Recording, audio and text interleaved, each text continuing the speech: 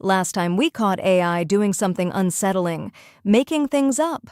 Confidently, convincingly, fake legal citations, sources that didn't exist, real lawyers, real fines. We ended with one honest piece of advice: verify before you trust. But that raises a harder question, because someone did trust it, and when they did, real harm followed. So today's question isn't about why AI gets things wrong, it's about what happens after. When AI makes a mistake, who's responsible? Let's start with some real examples, not hypothetical ones. In 2019, a healthcare algorithm used by major U.S. hospitals was found to systematically underestimate how sick Black patients were, compared to white patients with the same symptoms. It wasn't intentional, but the damage was real. Fewer Black patients got referred for the specialist care they needed. In hiring, companies have used AI tools to screen resumes, and some of those tools learned to penalize candidates who attended women's colleges or who had gaps in their employment history. Again, not intentional, but discriminatory in practice. Self-driving cars have been involved in fatal accidents. Content moderation algorithms have removed legitimate journalism while leaving actual harassment online. Facial recognition systems have misidentified innocent people, leading to wrongful arrests. These aren't edge cases anymore. They're patterns. And as AI becomes more embedded in healthcare, law enforcement, finance, and education, the stakes only get higher. Here's where it gets complicated. Let's walk through the candidates, the company that built the AI. This seems obvious, right? If you build something that causes harm, you're liable. But AI companies often argue their systems are just tools, like a hammer.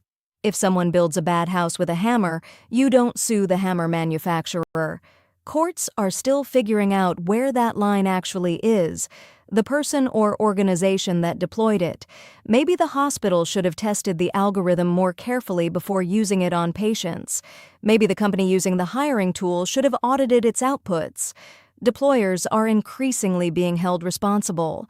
The EU AI Act, for example, places major obligations on organizations that deploy high-risk AI systems. The user who relied on it. Should a doctor who followed an AI recommendation bear some blame if it was wrong? This gets philosophically tricky. If AI is presented as reliable and authoritative, and most people have no way to independently verify its outputs, how much can we really blame the person who trusted it? The AI itself. Here's the wild card. Could the AI be responsible?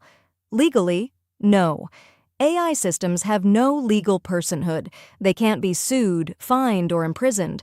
Philosophically, also complicated. An AI that decides to do something isn't making a moral choice. It's running a computation. Holding it accountable would be like arresting a calculator for getting math wrong. So, here's the problem. The harm is real. The chain of causation is complex, and our legal frameworks weren't built for this. The good news, if you can call it that, is that the world is starting to take this seriously. The European Union passed the AI Act in 2024. It's the first major law specifically designed to regulate AI. It classifies AI systems by risk level. Low risk, like a spam filter, faces minimal requirements. High risk, like AI used in medical devices or criminal sentencing, faces strict rules. Transparency, human oversight, mandatory bias testing, and clear liability frameworks. In the United States, progress has been slower. There's no single federal AI law yet, but agencies, the FTC, the FDA, the Equal Employment Opportunity Commission are all beginning to apply existing laws to AI contexts. Courts are grappling with new questions. If an AI generates defamatory content, who's liable? The user who prompted it, or the company that built the model? There's no settled answer, but these cases are moving through the system. Some legal scholars argue we need a new category entirely, something like AI liability, modeled on how product liability law emerged in the 20th century to handle defective manufactured goods.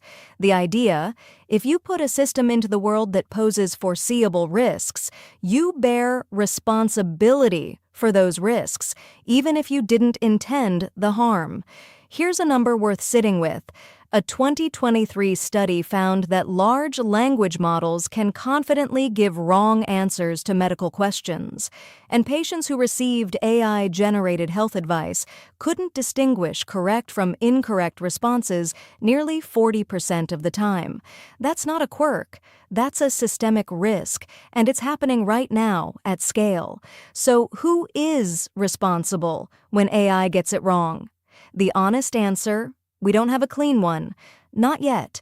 Right now, responsibility tends to fall on whoever had the most control and the most information, usually the deployer.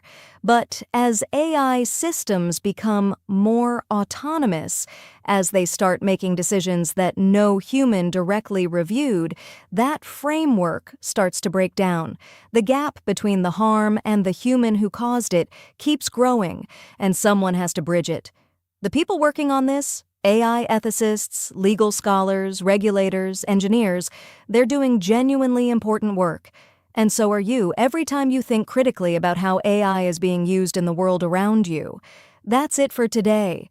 AI is already making real decisions with real consequences, and the question of who answers for those consequences is one of the most important debates of our time. If this video made you think, even just a little, hit like. It genuinely helps this channel reach more people who want to engage with these questions seriously. And subscribe if you haven't. We're building something here, a space to ask hard questions without pretending the answers are easy. Next time on Curious Minds Lab, will AI take your job? Where we look at what AI can already do, what it can't, and what that means for the future of work. I'll see you there.